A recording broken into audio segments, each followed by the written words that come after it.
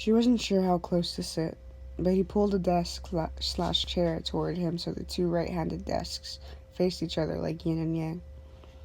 She shivered as she got close. She felt the goosebumps on her bare arms. Self-consciously, she pulled the violets from her hair. "You're cold," he said. He glanced at the little flowers on the desk. "I'm okay," she said. Most of the goosebumps were owing to him.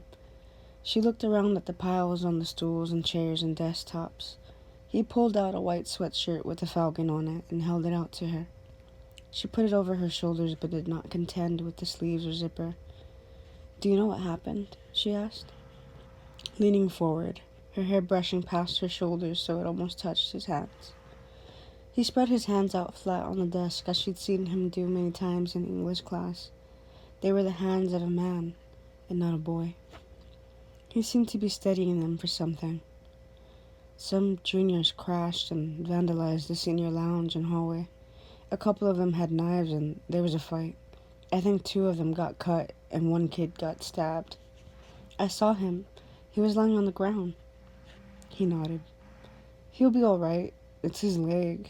It'll bleed, but he'll be all right." "Really?" She wondered how he knew. "Did EMS get there yet?" She nodded. "Then yes, he'll be fine." He looked as though he was thinking about something else. That's good.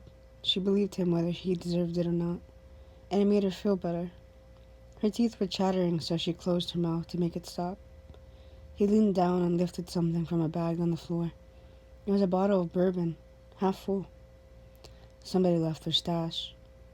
He went over to the sink and took a plastic cup from the stack. "Here."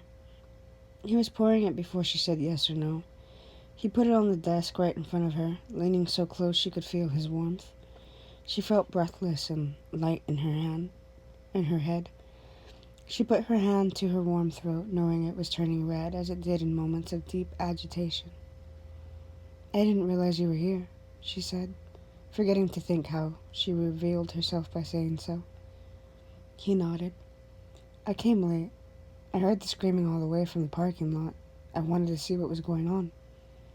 She would have taken a sip of the bourbon, but her hands were shaking and she didn't want him to see. Maybe he understood this because he leaned away from her toward the counter where he switched on a burner. She watched the dots of fire flicker around the rim before the flame took hold. It reflected off the glass door and made a faint quivering light through the room. She took a quick sip and felt the sting and burn of it in her cold mouth. She tried not to wince at the fumes. It wasn't exactly her custom to drink whiskey. "Will you have some?" she asked when he'd settled back into the desk/chair contraption.